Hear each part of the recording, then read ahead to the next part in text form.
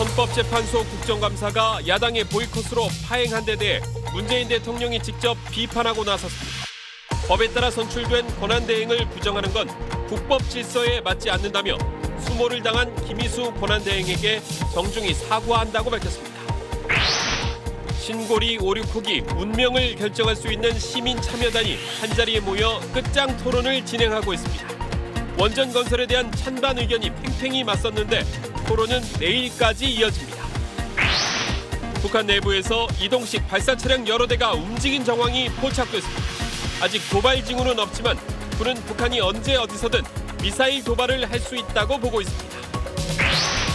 트럼프 미국 대통령이 오바마 정부 시절 타결된 이란 핵협정을 인증하지 않겠다고 선언했습니다.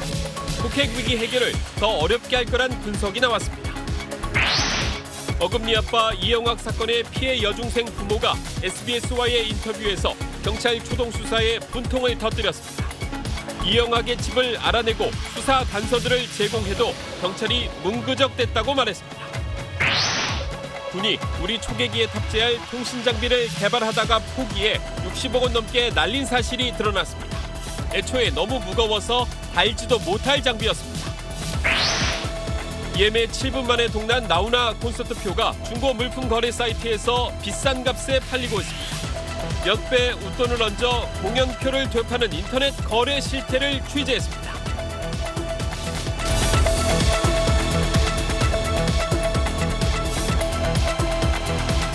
에너지를 쓰던 자동차가 수소로 에너지를 만드는 시대로 현대자동차. 여러분 안녕하십니까? 문재인 대통령이 김희수 헌법재판소장 권한대행을 부정하는 건 삼권 분립에도 국법 질서에도 맞지 않는다고 비판했습니다. 야권은 삼권 분립을 훼손한 건 문 대통령이라고 반박했습니다. 첫 소식 남승모 기자가 보도합니다. 이건 얘기 안 하시니까 이런 선동하는 거야 지금. 8대0으로 탄핵을 했기 때문에 그에 대한 반격이고 보복이라고 생각합니다. 헌법재판소 국감 무산 사퇴를 부른 김희수 헌재소장 권한대행 자격 논란에 대해 문재인 대통령이 직접 나섰습니다. 김 권한대행은 헌재가 법과 규칙에 따라 선출했는데 이를 부정하는 건 국회가 만든 국법 질서에 맞지 않는 일이라고 비판했습니다. 국감장에서 수모를 당한 김 권한대행에겐 사과한다며 국회의원들도 삼권 분립을 존중해달라고 밝혔습니다. 대통령에게 헌재소장 후보자를 조속히 지명하라거나 지명이 늦어진다고 탓할 수는 있겠지만 권한대행은 마땅히 존중해야 한다고도 했습니다. 야3당은 반발했습니다. 자유한국당은 문 대통령의 주장은 궤변으로 사과해야 할 대상은 김 권한대행이 아니라 국민이라고 반박했습니다. 김희수 권한대행 체제라는 비상식적이고 일그러진 헌법재판소를 만든 당사자가 바로 문재인 대통령입니다. 국민의당은 삼권 분립을 지켜야 할 사람은 바로 대통령 본인이라고 비판했고 바른정당은 하루빨리 대행 체제를 중단하고 새 소장 후보자를 지명하라고 강조했습니다. SBS 남승모입니다. 신고리 원전 5.6호기의 운명을 결정할 공론화위원회 시민참여단이 합숙 토론을 시작했습니다. 왜 원전 건설을 중단해야 하는지, 또 왜 원전 건설을 재개해야 하는지 양측이 설득 총력전에 들어갔습니다. 김수영 기자가 보도합니다. 시민참여단 471명을 상대로 한 신고리 원전 건설 찬반 양측의 대결은 토론 초반부터 달아올랐습니다. 건설 중단 측은 원전의 위험성을, 재개 측은 원전의 경제성을 부각했습니다. 우리나라 원자력 발전소가 왜 이렇게 쌀까? 그럼 그것은 안전에 대한 규제가 약하고 안전을 위한 설비들이 보강이 덜 되어 있기 때문입니다. 태양광에서 가격이 싸질 수 있는 요인은 기술 개발에 따른 패널 가격입니다. 그런데 태양광 발전 비용에서 패널이 차지하는 비중은 24%에 불과합니다. 나이와 성별, 지역 등을 고려해 뽑힌 시민참여단은 한 달 동안 원전 관련 내용을 학습해왔습니다. 토론 도중 날카로운 질문도 던졌습니다.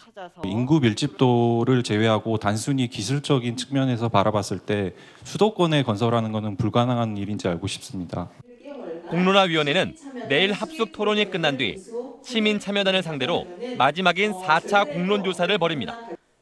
이번엔 확실한 찬반을 묻기 때문에 오는 20일 정부에 낼 권고안 작성에서 가장 중요합니다. 정부는 권고안을 그대로 수용하겠다고 밝혔습니다. 하지만 공론화위는 찬반 의견이 오차범위 내일 경우 특정 의견을 명시하지 않기로 해 또 다른 논란이 발생할 여지가 있습니다. SBS 김수영입니다. 한동안 잠잠하다 싶었는데 북한 내부에서 이동식 발사 차량 여러 대가 움직인 정황이 포착됐습니다. 군 당국은 즉각적인 도발 징후는 없다고 밝혔지만 다음 주 한미 연합훈련 앞두고 긴장을 늦추지 않고 있습니다. 이 소식은 강청원 기자입니다. 최근 북한 지역 곳곳에서 이동식 발사 차량 여러 대가 경납고를 나와 이동하는 모습이 미 정찰위성에 포착됐다고 군 관계자가 밝혔습니다. 추석 연휴 직전에도 그런 정황이 포착됐다면서 아직 특별한 움직임은 없다고 덧붙였습니다. ICBM급 미사일 발사 같은 즉각적인 도발 징후는 아니라는 겁니다. 하지만 군 당국은 경계를 늦추지 않고 있습니다. 지난달 북한이 화성 12형 미사일을 이동식 발사 차량에서 곧바로 쏜 것처럼 도발은 언제든 이루어질 수 있기 때문입니다. 특히 다음 주 한반도 해역에서 펼쳐지는 한미 연합해군 훈련을 시작으로 중국 당대회, 트럼프 대통령의 한중일 순방 등 이어지는 빅이벤트도 북한 추가 도발의 군수령으로 꼽힙니다. 한미연합훈련이나 미국의 전략자산의 전개 이런 것들에 대한 맞대응 성격으로 북한의 도발 가능성은 배제할 수 없다. 이런 가운데 송영무 국방장관은 국회 국방위원들과 어제 부산에 입항한 미국의 핵 추진 잠수함 미시간함을 방문해 한미 공조태세를 재확인했습니다. 정경두 합참의장과 던포드 미 합참의장도 어젯밤 전화통화를 갖고 한미 연합 방위태세를 논의했습니다. SBS 강청원입니다. 다음 소식입니다. 이영학 사건의 피해 여중생 부모가 SBS와의 단독 인터뷰에서 경찰 초동 수사에 분통을 터뜨렸습니다. 이영학의 집 앞에서도 수색을 주저하는 경찰을 향해 피해자 부모는 발길이 안 떨어진다며 사정했다고 말했습니다. 이성훈 기자입니다. 경찰이 밝힌 이영학 사건 시간대별 활동 사항입니다. 실종 신고가 이뤄진 지 골든타임인 하루를 넘기고도 11시간이나 지나서야 경찰은 피해자 김양의 부모와 함께 수색에 나섰습니다. 그마저 피해자 행적을 쫓아 집요하게 CCTV를 확인한 건 자신들이었다고 김양의 부모는 주장합니다. 항상 그런 거 아니에요. 제가 들어가서 교회에 애가 잃어버렸다. 구구절절히 해가지고 CCTV를 보게끔 허락을 받았어요. 이영학의 집을 찾아내는 것도 피해자 부모 몫이었습니다. 친구를 보내주면 혹시 집 아니니까 안다고 하더라고요. 데려다 줄래? 그러니까 그렇게 해요. 그래서 그 경찰이랑 그 집을 갔어요, 우리가. 활동 사항에 내부 수색을 위해 동원했다고 적은 사다리차도 김양의 아버지가 불렀습니다. 아까 친구가 사다리차를 해요. 그 사다리차를 우리가 사전을 불렀어요. 김양 부모는 집 내부 수색도 영장이 없다며 주저하는 경찰의 사정에 겨우 이뤄졌다고 말했습니다. 없으니까 이 집하고는 연관이 없는 것 같다. 이렇게 말씀하시더라고요. 그래서 제가 형사님, 전 이 집이 발길이 안 떨어집니다, 지금. 자녀의 행방과 안위를 몰라 애태우는 부모의 마음에 비해 경찰의 초기 대처는 아니했던 것 아니냐는 지적이 나오고 있습니다. SBS 이성훈입니다. 그런데 경찰은 피해자 부모와 진실 공방을 벌이고 있습니다. 김양 부모는 실종 신고 당시에 딸이 이영학의 딸을 만나러 갔다고 말한 것으로 기억했지만 경찰은 듣지 못했다고 말했습니다. 이어서 김기태 기자입니다. 피해자 김모양의 부모는 지난달 30일 밤 지구대에 실종 신고를 하면서 김양이 이영학의 딸을 만나러 나갔다고 말한 것을 분명히 기억합니다. 마지막 만난 거든요. 얘한테 전화해서 물어볼게요. 제가 지구대에서 전화한 거예요. 당시 김양은 이영학의 집에 감금돼 살아있는 상태였습니다. 당초 경찰은 이런 말을 듣지 못했다고 반박했습니다. 얘기 들었으면 우리가 수사가 쉬워질 건데 우리가 그 어머니가 전화할 때까지 그런 얘기가 없으니까. 그러더니 신고 당일 당직 직원들을 조사하고는 당시 지구대가 시끄러워 말을 듣기 힘들었다고 설명합니다. 지구대는 다른 사건, 폭력 사건이 있어가지고 조사 중에 있었어요. 소란스러운 어떤 도떼기 시장 같은 그런 상황에서 들어오셨더라고요. 경찰은 또 최초 신고 당시 가출 사건으로 판단한 이유를 어머니의 말 때문이라고 밝혔습니다. 엄마가 가 가끔 이제 혼날 때는 뭐 핸드폰을 뭐 꺼놓는 경우도 있다. 뭐 이런 얘기를 이제 막 해요. 하지만 피해자 어머니의 말은 전혀 다릅니다. 한 번도 본 적이 없죠. 배터리가 다 되면 다 되지.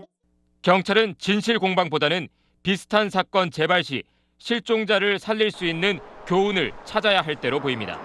SBS 김기태입니다.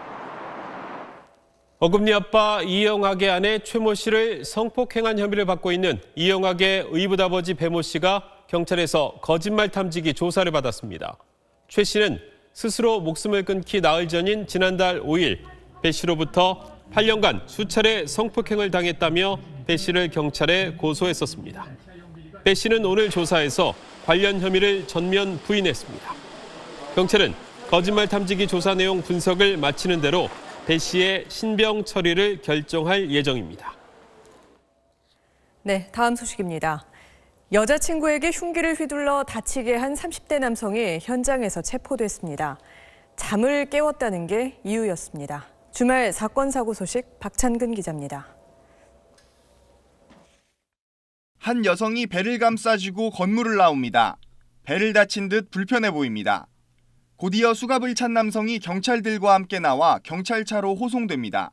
오늘 낮 12시쯤 서울 강남구 한 호텔에서 31살 A씨가 여자친구 32살 B씨에게 흉기를 휘둘렀습니다. B씨는 허리 부위를 다쳐 병원으로 옮겨졌는데 생명엔 지장이 없는 것으로 전해졌습니다. 경찰은 A씨가 자신의 잠을 깨운 B씨에게 격분해 흉기를 휘두른 것으로 보고 있습니다. A씨는 당시 만취 상태였던 것으로 조사됐습니다. 경찰은 오늘 안에 피의자 조사를 마치고 A씨의 신병 처리를 결정할 방침입니다. 오늘 새벽 6시 10분쯤엔 전남 여수시 군내항 앞바다에서 7톤급 낚시어선과 1톤급 어선이 충돌했습니다. 사고 충격으로 1톤급 어선 선장 71살 A씨가 바다에 빠졌다가 구조돼 병원으로 옮겨졌지만 끝내 숨졌습니다. 오늘 낮 2시 40분쯤엔 경기 평택시의 광케이블 매설 공사 현장 2m 깊이의 구덩이에서 작업하던 57살 B씨가 갑자기 무너진 흙에 묻혀 숨졌습니다. SBS 박찬근입니다. 오랜만에 관객과 만나는 가수 나훈아 씨의 콘서트가 화제입니다. 예매 시작 7분 만에 3만 장 넘는 표가 동났습니다. 다른 인기 공연도 예매 사이트를 통해서 표구하는 건 하늘의 별 따기입니다. 그런데 이렇게 금세 매진되는 데엔 인기 말고도 다른 이유가 있었습니다. 류란 기자가 취재했습니다. 11년 만에 열리는 가수 나훈아 씨 콘서트 예매는 당일 검색어 1위에 오르고 예매 사이트 서버가 일시 마비될 정도로 관심이 높았습니다. 서울 공연 티켓은 7분, 대구 10분, 부산 12분 만에 3만 장 전석이 팔렸습니다. 표 구하기가 피 튀기는 전쟁과 같다고 해서 피켓팅으로 불렸고 공연 기획사엔 연일 예매 취소된 표를 구하려는 이른바 추캐팅 문의가 끊이지 않습니다. 인터넷이 익숙하지 않은 부모를 대신해 자녀들이 나서도 표 구하기는 하늘의 별 따기입니다. 그런데 일부 중고 카페 사이트에선 다른 풍경이 벌어집니다. 표를 팔겠다는 글이 하루에도 수십 건씩 올라오고 가격은 천정부지로 치솟고 있습니다. 친구가 구한 표를 대신 거래 중이라는 이 사람은 찾는 사람은 많지만 구하기 어려운 연달아 붙어있는 좌석을 6장이나 갖고 있었습니다. 원래 가격보다 3배 가까운 장당 45만 원을 제시합니다. 인기 공연의 표를 되팔아 돈벌이 수단으로 삼는 사람들이 일부 있는 것으로 추정됩니다. 단계적으로 여러 번에 걸쳐서 확인을 한 다음에 거래가 되고 있는 티켓이 있다라는 100%의 거의 가까이 이제 확신이 되면 취소를 하는 그런 절차로. 하지만 이런 안표 강제 취소제도 공연 기획사가 사전 동의해야 하는 데다 확인 절차가 복잡한 탓에 실행률이 높지 않아 대책이 필요하다는 지적도 나옵니다. SBS 유란입니다. 군이 우리 초계기에 탑재할 통신 장비를 개발하다가 중도 포기해서 수십억 원을 낭비했습니다. 애초에 너무 무거워서 달지도 못할 장비였는데 사업이 승인됐습니다. 책임은 누가 졌을까요? 문준모 기자가 보도합니다. 일명 잠수함 잡는 항공기로 불리는 해상 초계기 P3CK입니다. 합동참모본부는 방사청, 국방과학연구소 등과 함께 이 초계기에 탑재할 차기 군사통신 위성용 단말기 개발을 추진해왔습니다. 현재 아날로그 통신 방식을 군사위성을 활용한 디지털 통신으로 바꿔 적 잠수함 탐지 정보를 실시간으로 전송하기 위해서입니다. 양산 직전 단계인 체계 개발에 착수한 건 지난 2014년. 그러나 2년 뒤 돌연 합참은 이례적으로 사업을 백지화했습니다. 만들고 보니 비행이 어려울 정도로 무거웠기 때문입니다. 군이 보유한 P3CK 8대 중 120kg짜리 단말기를 감당할 수 있는 건 2대뿐이었습니다. 달지도 못할 장비 개발에 116억 원이 나갔고 이 가운데 62억 원은 환수하지 못했습니다. 그러나 2013년 개발 착수 여부를 따지는 운용성 확인 보고서엔 무게 양호라고 적혀 있습니다. 합참 측은 개발 가능성만 점검했고 중량 초과 문제는 검토하지 못했다고 밝혔습니다. 이걸 비행기에 탑재할 수 있는 건지 확인했더라면 국민 혈세 수십억이 낭비되지 않았겠죠. 그런데 더 화가 나는 일은 그러고도 아무도 책임지지 않는다는 겁니다. 군 위성통신 사업을 들여다보고 있는 감사원은 최근 관련 첩보를 입수하고 조사에 착수했습니다. SBS 은주모입니다. 가을이 깊어가면서 단풍도 절정을 향하고 있습니다. 설악산과 오대산을 붉게 물들인 단풍이 하루가 다르게 남쪽으로 번져가고 있습니다. 조재근 기자가 취재했습니다. 설악산 능선이 울긋불긋 가을빛으로 물들었습니다. 단풍은 계곡을 타고 빠르게 산을 내려와 지금은 해발 600-700m 부근까지 물들였습니다. 가을산을 오르는 사람들, 기암괴석과 시원한 물줄기, 아름다운 단풍만으로도 땀 흘린 보람을 충분히 느낄 수 있습니다. 설악산 단풍은 다음 주 중 천불동 계곡과 수렴동 일대에서 절정에 다다를 것으로 예상됩니다. 오대산 물맑은 계곡에도 붉고 노란 단풍이 내려앉았습니다. 흐르는 계곡물과 어우러져 한 폭의 풍경화를 그려냅니다. 오대산 월정사와 상원사를 잇는 계곡입니다. 단풍은 벌써 이곳까지 내려와 이 일대를 아름답게 물들이고 있습니다. 자연이 선사한 단풍 터널을 지나며 등산객들은 가을 정취를 만끽합니다. 햇빛을 받아 반짝이는 계곡물도 붉은 단풍의 기운을 듬뿍 머금었습니다. 단풍 본연의 색깔이 물속에 비쳐서 더 돋보이는 것 같고 이 강가에 있는 단풍이 색깔이 더 선명해서 더 그 빛을 발하는 것 같아요. 아주 좋아요. 태백산도 봉우리와 능선마다 붉고 노란 단풍을 아름답게 수놓았습니다. 충남 계룡산과 경남 가야산에도 올가을 첫 단풍이 시작하는 등 단풍은 하루가 다르게 남쪽으로 번져가고 있습니다. SBS 조재근입니다. 일본군 위안부 피해 할머니들을 기리는 평화의 소녀상을 뉴욕 맨해튼에서도 볼 수 있게 됐습니다. 미국에 세워진 4번째 소녀상입니다. 뉴욕에서 최대식 특파원입니다.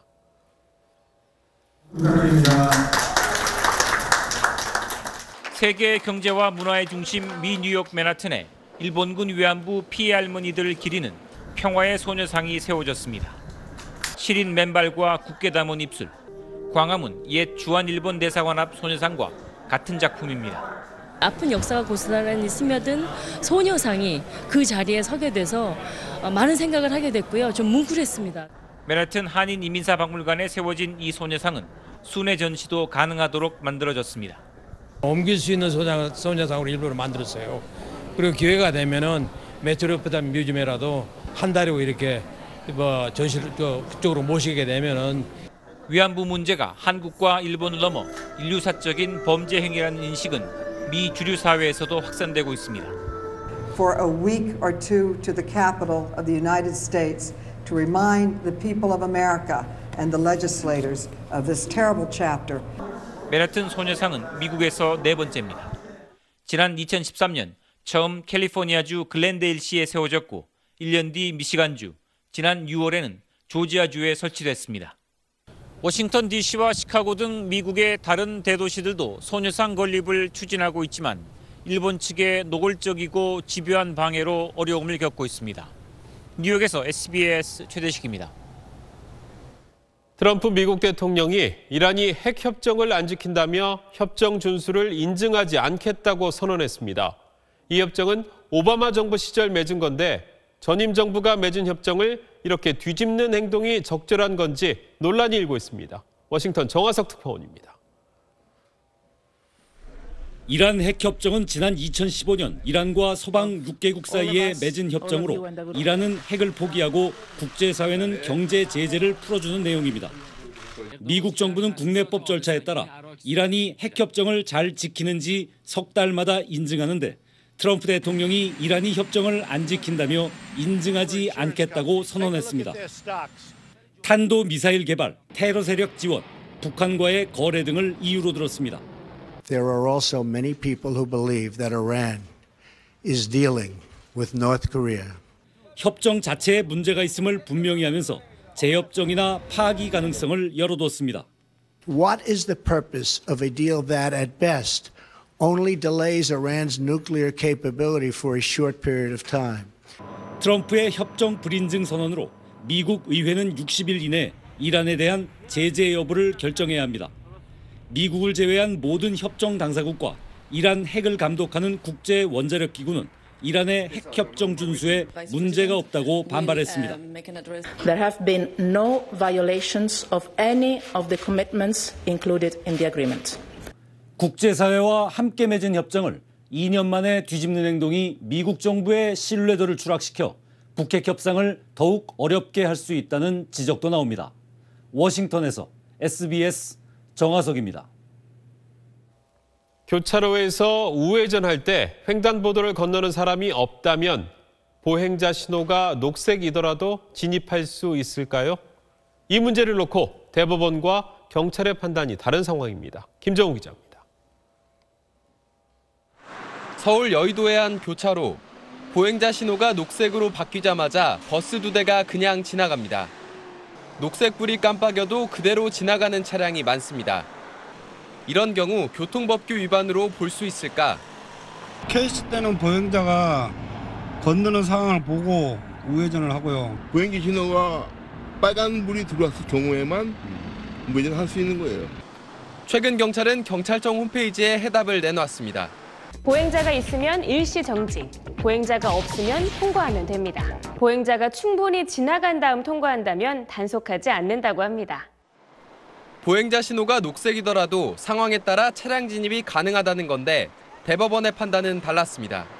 대법원은 지난 2011년 7월 보행자 신호가 녹색인 경우 차량은 우회전해서는 안 된다고 판단했습니다. 횡단보도 녹색 신호 시에 우회전을 하면 진행 신호가 빨간불, 적색 신호이기 때문에 신호 위반으로 판결을 한 것이죠. 결국 상황에 따라 지나갈 수 있다는 경찰 홍보는 무책임하다는 비판을 피할 수 없게 됐습니다. 이런 혼란이 빚어지는 이유는 현행 도로교통법상 교차로 우회전에 대한 명확한 규정이 없기 때문입니다. 교통신호 체계를 정확히 정비해서 운전자가 책임을 지는 것을 사전에 예방하고 전체 보행자와 운전자의 안전을 보장하는 것이 필요합니다. 지난해 보행자 교통사고 사망자는 1,700여 명. 이 가운데 횡단보도 내에서 발생한 사고가 4분의 1가량을 차지했습니다. SBS 김정우입니다.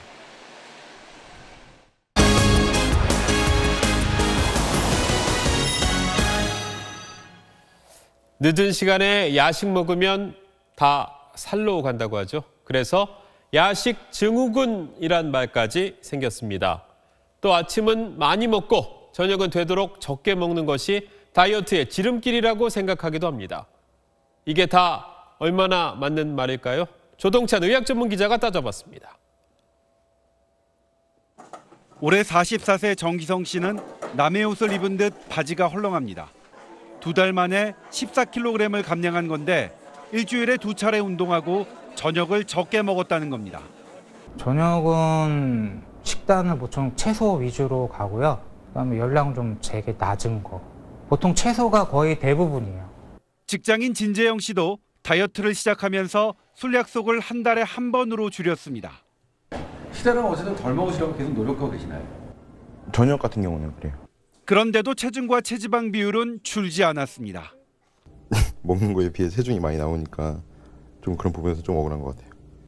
미국 하버드대 연구팀이 마른 사람과 뚱뚱한 사람을 대상으로 저녁 식사 시간과 양을 조사했더니 별 차이가 없는 것으로 나타났습니다.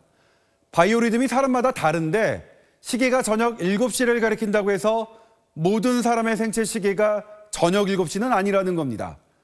국내 조사에서도 저녁 6시 후에 먹은 양이 하루 섭취량의 절반만 넘지 않으면 복부 비만 위험을 높이지 않는 것으로 나타났습니다.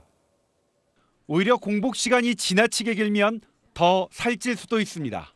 대사 활동이 저해가 되면서 오히려 지방을 체내에 더 흡수시키고 하려는 속성들이 강해지면서 오히려 살찌는 체질로 변화할 수 있는 우려가 있는 거죠. 따라서 전체적인 식사량을 줄이되 저녁 식사량이 하루 섭취량의 절반 이상만 넘지 않도록 주의하는 게 좋습니다. SBS 조동찬입니다. 해외에서 폭발물이나 테러 물품이 반입되는 걸 가장 먼저 감지하는 세관 폭발물 탐지견이 전국에 고작 2마리뿐입니다. 테러 위협을 차단하기엔 역부족이라는 지적이 나오고 있습니다. 박수진 기자입니다. 인천공항 세관 검사장, 폭발물 탐지견이 특송화물 사이를 샅샅이 뒤지며 냄새를 맡다가 한 상자 앞에 주저앉습니다. 상자 안에 담긴 건 총기류에 주로 쓰이는 무연화약. 이처럼 폭발물 탐지견은 총기류나 폭탄 등 테러 위험 물품 수색을 전담하는데 생후 8주부터 2년 가까이 폭발물에 쓰이는 각종 화약 냄새를 기억하고 탐지하는 특별 훈련을 받습니다.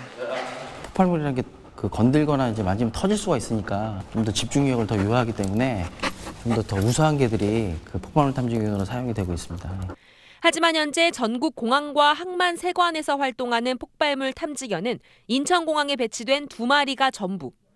유사시 대체 가능한 마약 탐지견까지 포함해도 다른 나라에 비해 턱없이 부족합니다. 테러 물품 적발 건수가 해마다 급증하고 있지만 추가 배치는 요원합니다. 폭발물 탐지견을 키우는데 적지 않은 시간과 돈이 드는 데다 탐지견과 한조를 이루는 검색 인력도 함께 늘려야 하기 때문입니다. 정부의 테러 방지 의지에 심각한 의구심을 들게 합니다. 정부는 서둘러서 실태를 점검하고 보완책을 마련해야 됩니다. 평창 동계올림픽이 4개월 앞으로 다가온 상황에서 테러 위험 방지를 위한 정부의 적극적인 대비가 필요해 보입니다. SBS 박순입니다. 요즘 한창 벼 수확할 때지만 간척지논의 농민들은 한숨만 짓고 있습니다. 지난 초여름 가뭄으로 염분 농도가 높아진 탓에 성한 벼 수확하기가 거의 불가능하기 때문입니다. 이용식 기자가 현장 취재했습니다. 충남 서산의 천수만 간척지입니다. 지금쯤이면 황금빛으로 물들었어야 할 논이 온통 푸른 초원 모습입니다. 논바닥 곳곳이 벼가 죽어 듬성듬성 비어 있습니다. 잡초만 무성한 곳도 있습니다. 초여름 가뭄으로 소금기 농도가 너무 짙어지는 바람에 6월에 해야 할 모내기를 7월 중순쯤에나 마쳤기 때문입니다. 뿌리를 못 잡아가지고 벼가 성장이 안 되죠. 이제 멈춰버린 상태죠. 조금 일찍 모내기를 한 곳도 사정은 나을 게 없습니다. 벼포기가 작고 키도 크지 못한 채 잎이 누렇게 타들어갔습니다. 성한 게 별로 없을 정도입니다. 이렇게 누렇게 말라 죽은 벼들은 이삭이 나왔지만 나달이 연글지 못하고 쭉정이어서 수확이 불가능한 상태입니다. 모내기철 이곳의 염분 농도는 모가 살 수 있는 한계치 3000ppm을 초과해 피해는 일찌감치 예견됐습니다. 상대적으로 염분 피해가 덜했던 논도 수확이 크게 줄었습니다. 전년에 비해서 한 40% 이상 감면됐다고 봐야죠. 염이 받으니까 배가 여물질 못하죠.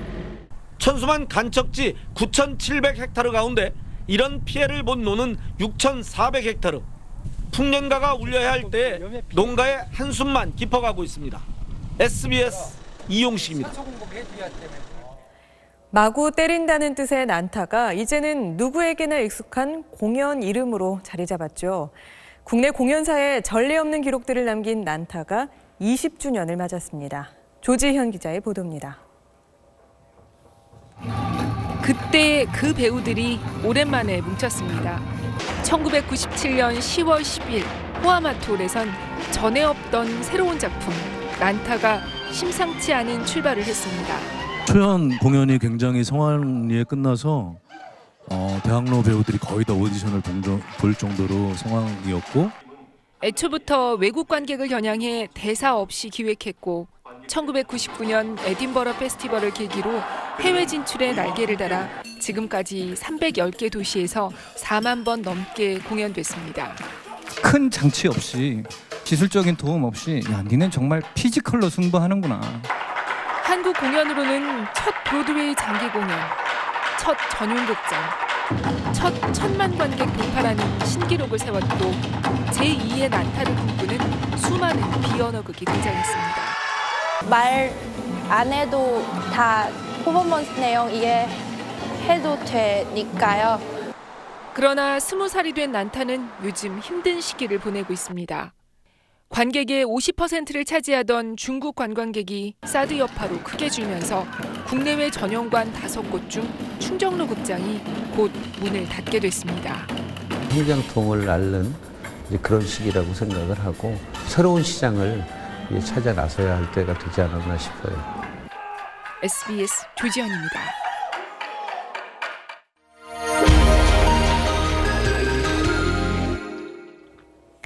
거대한 괴물이 등장하고 화려한 액션도 끊임없이 펼쳐지는 판타지 게임 속 효과음들은 어떻게 만들어질까요? SBS 소셜 동영상 미디어 비디오 머그가 세상의 모든 소리를 만들어내는 현장에 다녀왔습니다.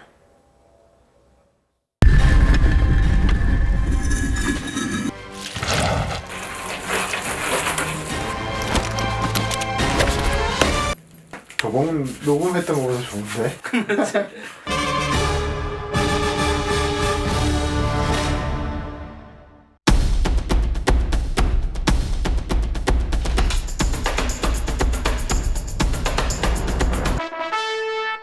게임 사운드에서 폴리 아티스트를 맡고 있는 박준호라고 합니다. 영화를 치면 왕의 남자나 놈놈놈이나 해운대, 쌍화점 등을 했었고요.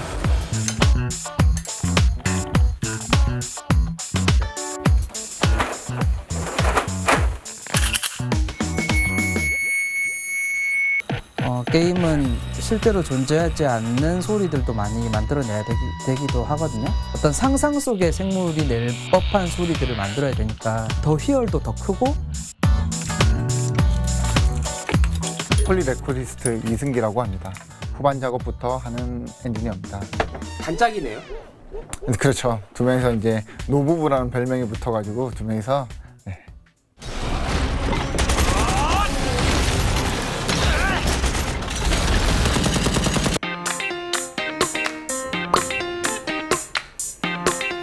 저희 칼로 끌고도 쓸 수 있을 것 같은데요. 그리고 이건 못 돼가겠죠.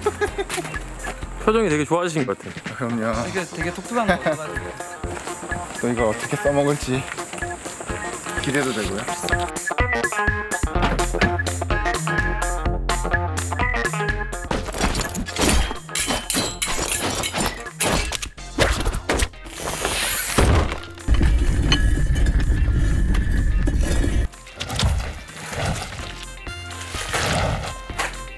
얘는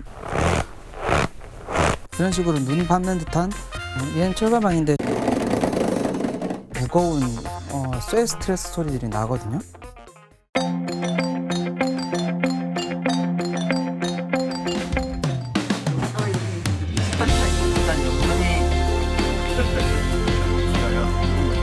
소리를 만드는 영상을 사람들이 보지는 않잖아요. 아무런 그 의심 없이 그냥 자연스럽게 보고 넘어갔을 때 약간 그럴 때 쾌감이 있어요. 되게 독특한 소리인데 와 이건 어떻게 내지?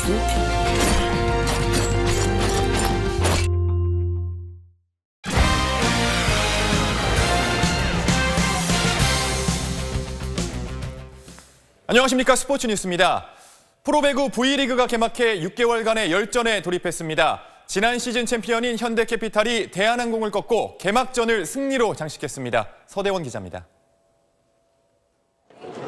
시즌 개막을 맞아 다채로운 행사가 펼쳐진 가운데 3,000명 넘는 관중이 천안 유관순 체육관을 찾아 열띤 응원을 펼치며 반년 만에 돌아온 V리그의 재미를 만끽했습니다. 개막전에서는 현대캐피탈과 대한항공, 지난 시즌 챔피언전에서 격돌했던 두 팀이 맞붙었습니다. 안드레아스와 문성민, 현대캐피탈의 새로운 쌍포가 위력을 발휘했습니다. 그리스 국가대표 출신의 새 외국인 선수 안드레아스는 23점을 터뜨리며 성공적인 데뷔전을 치렀고 지난 시즌 정규리그와 챔프전 MVP인 문성민도 18점을 올리며 변함없는 활약을 펼쳤습니다. 현대캐피탈은 3세트를 내줬지만 디펜딩 챔피언다운 저력을 발휘하며 3대1 역전승을 거뒀습니다. 첫 게임 많이 좀 긴장했는데 선수들이 그리고 작년에 우승했던 그런 힘이 나왔던 것 같습니다. 여자부 개막전에서는 지난 시즌 챔피언 기업은행이 흥국생명을 3대2로 눌렀습니다. 외국인 선수 메디가 24점, 도로공사에서 이적해온 고예림이 15점을 올리며 승리에 앞장섰습니다. SBS 서대원입니다. 프로축구 2부 리그인 K리그 챌린지에서 경남이 우승을 확정하며 3년 만에 1부 리그인 클래식으로 승격했습니다. 주영민 기자입니다. 경남은 서울 이랜드와 홈 경기에서 전반 5분 만에 정원진의 페널티킥으로 기선을 잡은 뒤 후반 11분 정원진의 스루패스에 이은 권용현의 재치 있는 슛으로 승부를 갈랐습니다. 2대1로 승리를 거둔 경남은 2경기를 남기고 2위 부산에 승점 9점을 앞서 우승을 확정했습니다. 지난 2015년 2부 리그로 강등된 뒤 심판 매수 파문으로 해체 위기까지 겪었던 도민구단 경남은 3년 만에 당당히 2부 리그 챔피언 자격으로 다시 1부 리그로 올라섰습니다. 나흘 전 갑작스런 심장마비로 세상을 떠난 조진호 감독의 제자들인 부산 선수들은 하늘로 간 스승에게 승리를 바쳤습니다. 페널티킥으로 결승골을 터뜨린 이정협은 묵묵히 조 감독의 사진 앞으로 달려가 눈시울을 붉혔습니다. 수원FC를 1대0으로 꺾은 부산은 2위를 확정하며 승격 플레이오프 티켓을 따냈습니다. 1부 리그에서는 잔류 경쟁이 치열하게 벌어졌습니다. 8위 대구와 10위 상주가 2대2로 비겼고 11위 인천은 포항에게 5대0으로 참패를 당하며 강등권을 벗어나지 못했습니다. SBS 주영민입니다.